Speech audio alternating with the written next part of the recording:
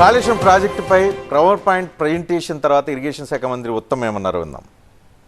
And ఏ స్థాయిలో corruption జరిగిందంటే ఆలోచన చేయండి.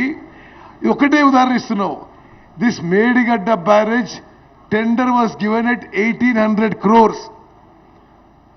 ఎవరు బాధ్యులు? ఇది 4600 కోట్లు ప్రజాధనం ముందు escalation of cost and then the Medigadda barrage collapses.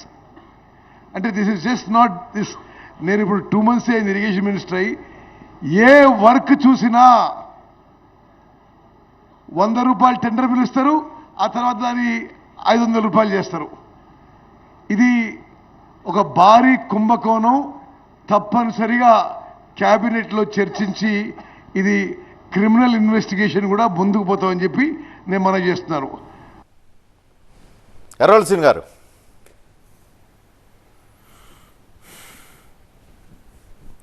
Audio unmute చేసుకోండి. అన్మ్యూట్. నేను స్టార్టింగ్ 2 పాయింట్లు చెప్పిన. కుంభకోణం జరిగిందని గవర్నమెంట్ వచ్చి ప్రమాణ స్వీకారం చేసినప్పటి నుంచి అదే మాట చెప్తా ఉన్నారు. అదే విధంగా అధికారంలోకి రావడానికి ముందు నుంచి కూడా కుంభకోణం జరిగింది చెప్తా ఉన్నారు. ఇలా కుంభకోణం జరిగితే, అవినీతి జరిగితే విషయం ఏంటంటే 80,000 కోట్ల ప్రాజెక్టు కాళేశ్వరం కడితే 1,00,000 కోట్ల అవినీతి జరిగిందని చెప్తారు. అసలు దాని మీదనే ఒక క్లారిటీ లేదు. అసలు మనం ఎంత ఇన్వెస్ట్మెంట్ చేసినాము, ఎంత ఖర్చు అయిందన్న దాని మీదనే మంత్రి గారికి క్లారిటీ లేదు. కాదు ఒక నిమిషం సింప్లిఫై చేసి చెప్తా. ప్రెజెంటేషన్ మొత్తం అయిన తర్వాత సింప్లిఫై చేసి ఇంకోటి చెప్తా రజనీ గారు. అయితే ఎప్పుడైనా అంచనాలకు మించి పెంచుకున్నారంటే ఇది ఒక్క కాళేశ్వరంలోనే మాత్రం పెంచలేదు. ఇప్పుడు నాగార్జున సాగర్ ప్రాజెక్టు కట్టినప్పటి నుంచి ఈ రాష్ట్రంలో అనేక ప్రాజెక్టులు కట్టడం జరిగింది.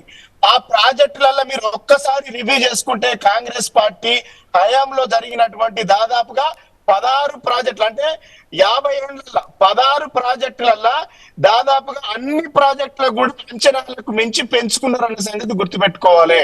ఇలా అంచనాలు అనేవి పెరుగుతాయి, డెఫినెట్ గా పెరుగుతాయి, పెరగట్లేదు, అంచనాలు అనేవి పెరుగుతాయి.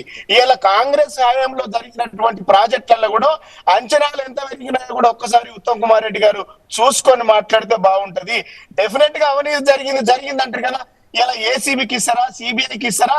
ఇలా డెఫినెట్ గా జరిగితే మీరు 2 ఏళ్ల నుంచి అది చెప్పుకొని వచ్చిండ్రు కదా. ఇలా నిజంగా వాళ్ళు చూసుకుంటారు కదా. ఇలా కేవలం నేనేమంటున్నా రజని గారు, పార్టీని మా పార్టీని బదనాం చేయడానికి, ఇలా కేవలం డైవర్ట్ చేసుకోవడానికి ఇలా అసెంబ్లీలో డైవర్ట్ చేసిండ్రు. ఇలా నిన్న మా హరీష్ రావు గారు చాలా అద్భుతంగా మాట్లాడిండ్రు. ఇలా నా 6 మంత్రులు కూడా సమాధానం సరిగా ఇయ్యలేకపోయిండ్రు. ఇలా అన్ని అబద్ధాలు అని చాలా క్లారిటీగా చెప్పిండ్రు. ఇలా వాటికి వివరణ ఇచ్చుకోలేకపోయిండ్రు. ఇలా మేము మీటింగ్ పెట్టిన తర్వాత ఈ మీటింగ్ డైవర్ట్ కోసమే ఇలా మేడిగడ్డ ప్రాజెక్టు పోయిందని ఇలా ప్రజలందరూ కూడా గమనిస్తా ఉన్నారు. వీటిపైన అంటే ప్రభుత్వము ఏమి చేయలేక ఇలా కేవలం మా పార్టీని బదనాం చేయడానికి, మా నాయకుడిని బదనాం చేయడానికి, ఇలా కేవలం వీటి మీద బదనాం చేయడానికి కాంగ్రెస్ పార్టీ ఒక తెర మీకు తెచ్చినటువంటి కుట్రగా భావిస్తున్నాం.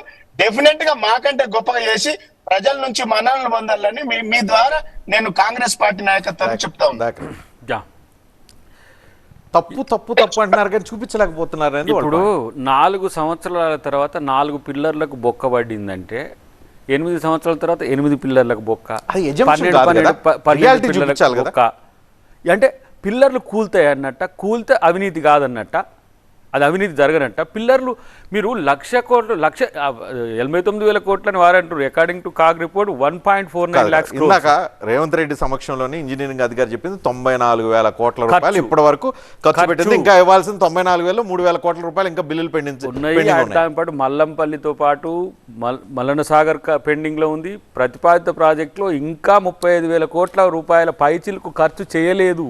అంటే కాదు, ఇక్కడ ఎర్రవల్లి శ్రీనివాస్ అడిగినా, బీఆర్ఎస్ నాయకులు అడిగినా, మీ లక్ష్యం బద్నాం చేయటమా? మీ లక్ష్యం అవినీతి ఉంటే వెలికి అవినీతి ఉంటే వెలికి తీయొచ్చు కదా. రోజు మీటింగ్ పెట్టి ప్రెజెంటేషన్లు పెట్టి ఎందుకు బద్నాం చేస్తున్నారు అనేది అడుగుతున్నారు. నేను ఒక మాట అంటున్నా, రఘునందన్ గారు బీజేపీ గురించి చెప్తారు, అద్దంకి దయాకర్ గారు కాంగ్రెస్ గురించి ప్రొటెక్ట్ చేసుకుంటారు, ఎర్రవల్లి శ్రీనివాస్ గారు బీఆర్ఎస్ గురించి చెప్పుకుంటారు.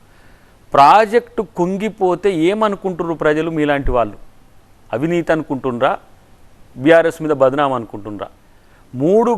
మూడు బ్యారేజీలు ఇప్పుడు వాటర్ నడుస్తలేదు. ఆయన ఏమంటుండే మీరు పెట్టి దాంట్లో చూస్తున్నా, కాంగ్రెస్ వాళ్ళు పోయేది మేడిగడ్డక బొందలగడ్డక అంటే బొందలగడ్డ ఉన్నట్టే ఉంది, రాళ్ళు తేలి. ఎందుకు మనం బ్యారేజెస్ని యూటిలైజ్ చేసుకోవట్లేం? మాకు ఇప్పుడు ఆడికి పోయిన తర్వాత వచ్చింది ఏంది, సుందిళ్ళను ఒక్కదాన్ని వాడుకొని అదే తుమ్మిడిహెట్టి నుంచి సుందిళ్ళ నుంచి ఎత్తి ఎల్లంపల్లి పోసుకొని ప్రాజెక్టును మేము రికవర్ చేస్తాం. ఏది కిందికి వచ్చి మేడిగడ్డ ఈ కూలిపోయిన సుందిళ్ళని కాదు, ఇప్పుడు అది మన సుందిళ్ళ అన్నారం కాదు, సుందిళ్ళ నుంచే ఎత్తిపోసి ఒక వ్యవస్థ తయారు చేస్తాం. అంటే మేము చేసేది 5 సంవత్సరాల్లో ఉంది. మీరు చేసింది ఏంది అంటే మీరు పోయి నల్గొండకు పోతుండ్రి. మీరు చేసింది ఏంది అని అంటే కాంగ్రెస్ ఆరు గ్యారెంటీలు ఏందంటారు. మీరు చేసింది రైతు బంధు ఇవ్వడానికి పైసలు లేకుండా గోకినోడు ఎవడో ఇప్పటికి నాకు అర్థం కావట్లేదు. రైతు బంధు పైసలు వీళ్ళు వేస్తామని చెప్పేసి టింగ్ టింగ్ అని మనోడు హరీష్ రావు అన్నాడు కదా, మరి ఆ 7,500 కోట్లు బొక్కసానికి ఎక్కడ ఓడి బొక్కిండు అంటే ఇంత అనాథకమా? మరి మళ్ళీ పైగా 1000 ఏనుగులు తిన్న రాబందట ఏదో పాట పాడినట్టు మొత్తమేమో అవినీతి చేస్తారు, అక్రమాలు చేస్తారట. మాకంటే మంచిగా చేయండి, అంటే మీ అవినీతిని వదిలేసి మీకంటే మంచిగా చేయాలి. మరి అవినీతి చేసిన వాడిని ఏం చేయాలి? నేను అంటున్న కేసీఆర్ గారు తప్పు చేయకపోతే అదే రాజసంతో కాలు మీద కాలేసుకొని కూసొమ్మనండి. తప్పు చేసి నంగనాచి మాటలు మాట్లాడితే డెఫినెట్గా ఎవరైనా సరే, ఇన్క్లూడింగ్ మీ, నా అవినీతిని కూడా దాంట్లో కలుపుతూ చేస్తే ఎవరైనా లోపలికి వెళ్ళాల్సిందే. లేదు నన్ను టచ్ చేస్తే చూడండి, మీరు అట్లా చేస్తే నేను చూస్తా, నేను ఇట్లా చేస్తే ఇట్లా చూస్తా అని అంటే ఎవరు భయపడతారు? ఎవరు భయపడతారు? అవినీతి చేస్తే అవినీతి తేలితే వద్దంటే మీరు చెప్పండి, చేయకుంటున్నాం.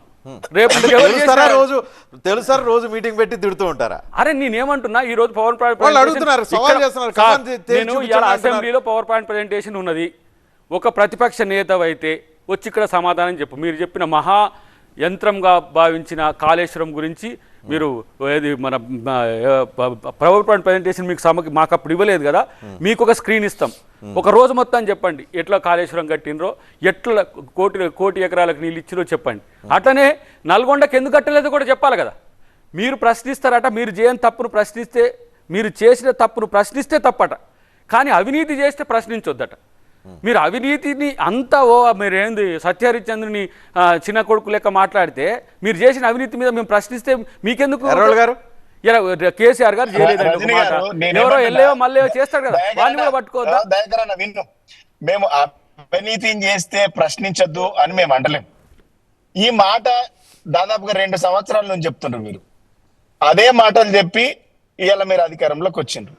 అవినీతి చేస్తే, ఒకవేళ అవినీతి ప్రూవ్ అయితే వాటి చట్టపరంగా చర్యలు తీసుకోమని మేము 100 సార్లు చెప్పినా మళ్ళీ చెప్తున్నాం. దాంట్లో బేషేదాలు లేవు, భయపడు లేదు. ఏంటి అంత ధైర్యం? ఉంటే చేసుకోండి చేయలేదనా లేకపోతే పట్టుకోలేరనా? ఏంటి ఏమంటున్నా, ఒకవేళ ఇప్పుడు 7,500 కోట్లు ఏమైనా అని అంటుండ్రు. అసలు గమ్మతి ప్రశ్న, అధికారంలో మీరుంటారు, 7,000 కోట్లు ఆడిపోయినా మీరు లెక్క తెచ్చుకోరా? ఇలా రైతు బంధు మేము ఇచ్చినాం, మీకు ఉంటారా? కాదు కదా, గవర్నమెంట్ మీ చేతిలో ఉంటే ట్రాక్ చేసుకోవచ్చు కదా, డబ్బులు ఎక్కడ పోయినా మీకే తెలుస్తుంది. నేను మొన్న కూడా చెప్పలేను, ఇప్పుడు ముఖ్యమంత్రి క్యాబినెట్ చెప్పకుండా ఆ రాష్ట్రాన్ని నేను చెప్పలేను. ఏమేం చేసిరో తెలుసు, రాష్ట్రం ఉంది, రాష్ట్రం ఉంది. ఏంటి పరిపాలన చెప్పుండ్రి. నాకు అనిపిస్తుంది కొన్ని డిపార్ట్మెంట్ చూస్తున్న రివ్యూస్ పరిపాలన చేసి ప్రజల సొమ్మును దోచుకోవడానికి తప్పితే ప్రభుత్వాన్ని పరిపాలించినట్టు కనిపించలేదు నాకైతే. నేను రాష్ట్రాన్ని డైవర్ట్ చేస్తుండ్రు, పరిపాలన డైవర్ట్ చేస్తుండ్రు. అసెంబ్లీలో మీరు ఇచ్చినటువంటి పవర్ ప్రజెంటేషన్ అనే అనేక తప్పులు ఉన్నాయని చెప్తే మీరు దాన్ని వాటి మీద లెక్క తీసి చెప్పలేకపోయినరు. ఇంకో వైపు ఇలా దోస్తులు మళ్ళీ ఆంధ్ర తెలంగాణకు పంచాయతీ పెడతానికి ఆయన సుబ్బారెడ్డి గారు ఏమంటాడు, హైదరాబాద్ రాజధాని పోటీగించాలి. ఈయన పోయేమో ఆ నల్గొండల కృష్ణా జలాలు వచ్చేదానికి మేము ఢిల్లీలో పోయి మోడీ మీద ఒత్తిడి చేస్తారు. మీరిద్దరు ఎవరు బాస్? మీరిద్దరు కూడా మోడీ గారి శిష్యులే కదా.